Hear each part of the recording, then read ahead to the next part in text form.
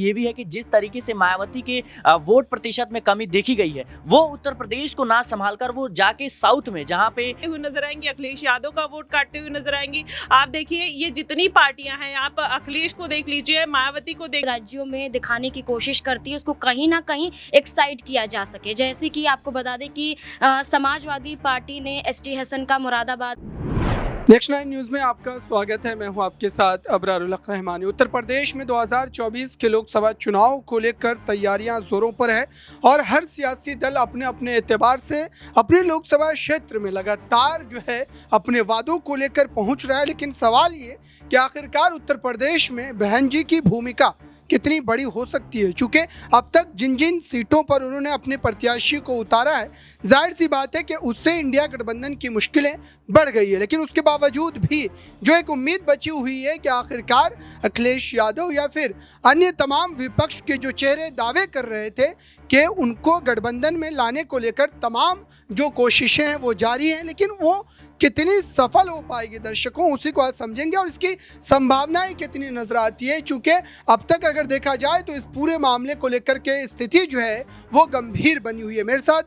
जो है सहयोगी मौजूद है न्यूज़ रूम में, कई उनसे समझेंगे कि आखिरकार उनके नज़रिए से ये मामला कितना ज़्यादा जो है वो बनता हुआ नजर आता है। सबसे पहले माही है, इनसे समझते हैं कि आखिरकार उत्तर प्रदेश की राजनीति में मायावती इंडिया गठबंधन के लिए जो है काफ़ी ज़्यादा फायदेमंद साबित हो सकती है, उनकी रणनीति फायदेमंद साबित हो सकती है, या फिर वो जहाँ जहाँ अपने प्रत्याशी को उतार रही है वहाँ वहाँ कहीं ना कहीं इंडिया गठबंधन को वोटों के तौर पर भारी नुकसान जो है पहुँच सकता है, क्योंकि चुन चुन कर उन्होंने मुस्लिम प्रत्याशी उतारे और जाहिर सी बात है कि सेकुलर वोट बैंक में जो है कहीं ना कहीं एक फूट डालने को लेकर लगातार अंदेशा जो है मायावती पर बना हुआ है। और विपक्ष इस बात को कई वर्षों से कह रहा है कि भारतीय जनता पार्टी की बी टीम के तौर पर मायावती लगातार काम कर रही है। कैसे देख रही हैं आप इन तमाम आरोपों को? 2024 में इसका कितना असर?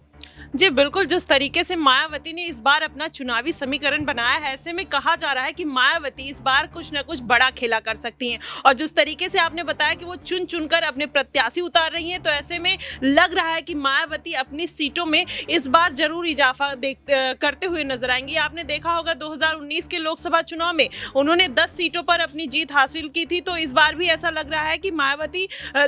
हो सकता है 15 से 20 सीटों पर अपनी जीत दर्ज कर पाए। और रही इंडिया गठबंधन की बात, जब वो इंडिया गठबंधन में नहीं गई तो कहीं ना कहीं इंडिया गठबंधन को इस बात का अंदेशा था कि अगर मायावती उनके साथ आ जाती है तो उनका वोट बैंक कहीं ना कहीं बढ़ते हुए नजर आएगा। लेकिन मायावती नहीं गई, तो ऐसे में कहा जा रहा है कि इंडिया गठबंधन का कहीं ना कहीं वो वोट काटते हुए नजर आएंगी, अखिलेश यादव का वोट काटते हुए नजर आएंगी। आप देखिए ये जितनी पार्टियां हैं, आप अखिलेश को देख लीजिए, मायावती को देख लीजिए और चंद्रशेखर आजाद को देख लीजिए और ओवैसी और पल्लवी, अब ये सब चुनावी रण में कूद पड़े और कहीं ना कहीं ये लोग डायरेक्टली इनडायरेक्टली एक दूसरे का वोट काटते हुए नजर आ रहे हैं और भाजपा को जाहिर तौर पर इसका फायदा भी पहुंचाते हुए नजर आ रहे हैं। बिल्कुल दर्शकों, इस बात को लेकर लगातार मायावती को कहीं ना कहीं आड़े हाथों लिया जा रहा है, चूंकि विपक्ष का ये आरोप आज का नहीं है बल्कि कई वर्षों से। सवाल ये भी है कि आखिरकार मायावती जिस ढंग से राजनीतिक खामोशी अख्तियार कर लगातार जो है उत्तर प्रदेश में ना तो वो राज्य सरकार को घेरती हैं ना ही केंद्र सरकार को घेरती हैं, तो जाहिर सी बात है कि इस तरीके के सवाल उठाए जाएंगे। ऐसे में सिराज से जानते हैं कि आखिरकार मायावती को लेकर के जो अंदेशा बना हुआ है विपक्ष के भीतर, क्या उसमें सच्चाई है और कितने हद तक सच्चाई है? चूँकि मायावती जो है इस पूरे मामले को नकारती हैं, खारिज करती हैं, लेकिन उसके बावजूद भी उनके जो राजनीतिक कदम है या फैसले जो है वो कहीं ना कहीं भाजपा को जाने अनजाने में कहीं ना कहीं राजनीतिक फ़ायदा पहुँचा। जी बिल्कुल, कहीं ना कहीं इसमें सच्चाई ज़रूर लगती है, क्योंकि जिस तरीके से मायावती ने अभी तक 46 उम्मीदवारों की घोषणा कर चुकी है मायावती, और कहीं ना कहीं उसमें से 11 जो मुस्लिम प्रत्याशी हैं, तो इससे साफ जाहिर होता है कि जो मुस्लिम वोट बैंक है उसमें सेंधमारी का काम जो है मायावती कर रही हैं। और ख़ास तौर पर उन सीटों पर जहाँ पे समाजवादी पार्टी का गढ़ माना जाता है, हम बात करें मुरादाबाद की या रामपुर की या फिर और भी जो सीटें हैं, सहारनपुर की बात करें, बदायूं की बात करें और वाराणसी से भी पीएम मोदी के खिलाफ उन्होंने कहीं ना कहीं कहीं मुस्लिम मुस्लिम चेहरे को मौका दिया। तो इससे साफ जाहिर होता है कि मायावती के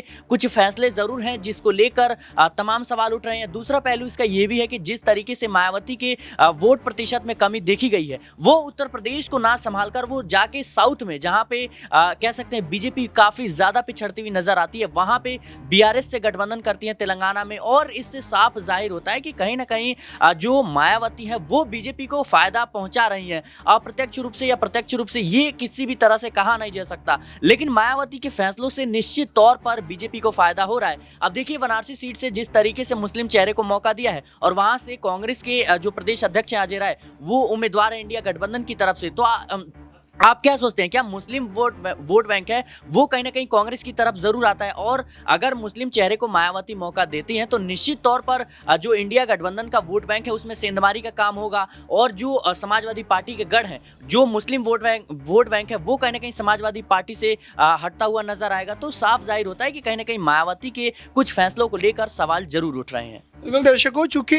गोरखपुर सीट को लेकर के भी इस तरीके की चर्चा रही है कि जिस सीट पर बसपा लगातार जो है निषाद समाज के किसी व्यक्ति को आगे क्या करती थी, लेकिन इस बार उन्होंने वहां से भी अपने प्रत्याशी को बदला है। तो जाहिर सी बात है कि ये मामला कहीं ना कहीं काफ़ी ज़्यादा सुर्खियों में इस समय बना हुआ है कि आखिरकार हर सीट से मुस्लिम प्रत्याशियों का उतारा जाना क्या सीधे तौर पर इंडिया गठबंधन को वोटों के तौर पर एक भारी नुकसान पहुंचाने का कहीं ना कहीं यहाँ पर उनकी रणनीति क्या अंदरूनी तौर पर बनी हुई है। और आखिरकार अगर मायावती ने अकेले चुनाव लड़ने का मन बनाया है तो क्या पार्टी का जनाधार उस तरीके से हमें देखने को मिलता है? नाज़मीन ने मेरे साथ गोरखपुर या फिर वाराणसी सीट की हम बात करें, वहाँ से भी उन्होंने मुस्लिम प्रत्याशी उतारे हैं। तो क्या इन सीटों पर मुस्लिम प्रत्याशियों का उतारा जाना सीधे तौर पर फायदा पहुंचाने जैसा, क्योंकि गोरखपुर में लगातार आप कह सकते हैं कि उन्होंने जो है निषाद समाज या फिर अन्य किसी पिछड़े वर्ग के व्यक्ति को चुनाव में टिकट दिया था, लेकिन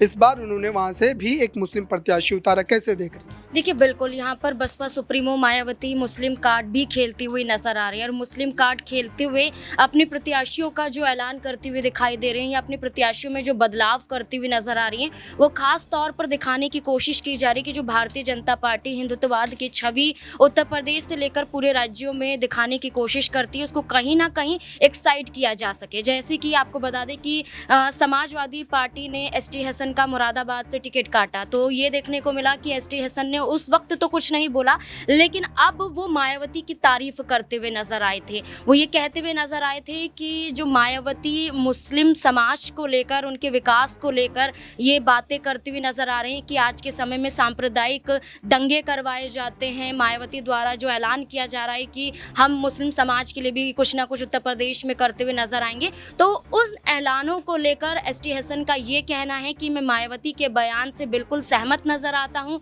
आज भारतीय जनता पार्टी सिर्फ धर्म के आधार पर राजनीति करती है। तो ऐसे में आप देखिए, समाजवादी पार्टी ने टिकट काटा, साफ तौर पर नाराजगी तो जाहिर नहीं की, लेकिन जिस तरीके से एसटी हसन मायावती की तारीफ करते हुए नजर आए, तो ऐसा कहा जा रहा है कि हो सकता है कि वो मायावती का साथ लेते हुए नजर आए। जो है इस पूरे मामले पर एक सवाल ये भी जुड़ा रहेगा कि आखिरकार 13 मुस्लिम बहुल्य सीटें पश्चिम उत्तर प्रदेश की, जिसमें से 5 सीटों पर बसपा को जीत मिलती है। तो फिर मायावती तो जाहिर सी बात है कि अगर उन्हें उन सीटों पर जीत मिल रही है, 2 प्रत्याशियों को उतार रही, तो ऐसे में इंडिया गठबंधन को क्या तकलीफ है? और अगर इंडिया गठबंधन की रणनीति इतनी मजबूत है तो कोई भी पार्टी अपने उम्मीदवार प्रत्याशी उतारे, उससे कोई फर्क नहीं पड़ना चाहिए। तो मायावती तो अपने जीते हुए सीटों के हिसाब से प्रत्याशी दे रही है। देखिए, मायावती तो अपने प्रत्याशियों का ऐलान करेगी, लेकिन इंडिया गठबंधन की बात करें तो उन्हें भी अपने प्रत्याशियों को जिताना है। समाजवादी पार्टी हो, कांग्रेस पार्टी हो, वो भी इन सीटों पर चाहेंगे कि ऐसे कैंडिडेट को उतारा जाए जो जीत हासिल करवा सकें। तो मायावती की रणनीति दलितों को लेकर, मायावती की रणनीति अब मुसलमानों को लेकर,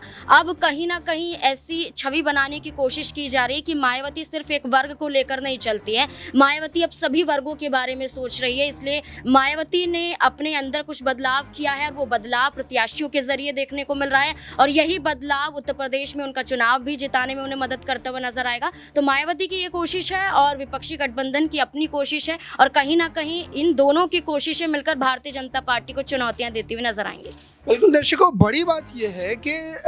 जो है समाजवादी पार्टी, जिनको 85% वोट मिलते हैं मुसलमानों के, उस पार्टी ने इतने प्रत्याशी नहीं उतारे हैं जितने कि जो है बसपा ने उतारे हैं। तो जाहिर सी बात है कि इसको लेकर के कई प्रश्न उठ रहे हैं और जो राजनीतिक विश्लेषक है इस तमाम मामलों को लेकर के यही कह रहे हैं कि ये कहीं ना कहीं एक बड़ा मुस्लिम कार्ड मायावती ने खेला है, लेकिन इसमें उनको सफलता कितनी मिल पाएगी या फिर उन्होंने कहीं ना कहीं जो है भाजपा को फ़ायदा पहुँचाने के लिए तमाम तरीके अपनाए हैं, ये बहस का विषय ज़रूर है दर्शकों। लेकिन इस समय अगर देखा जाए तो मायावती ने कई ऐसे बड़े कार्ड खेल दिए हैं, चाहे वो राज्यों को बनाने की बात हो या फिर आकाश आनंद का वो बयान बाबरी मस्जिद को लेकर के हो। ये तमाम ऐसे फैक्टर हैं जिससे राजनीतिक फ़ायदा उठाने की कोशिश की जा रही है। इस पूरे मामले को लेकर के आपकी राय क्या है, कमेंट बॉक्स में ज़रूर बताएं और जुड़े रहें नेक्स्ट 9 न्यूज़ के साथ।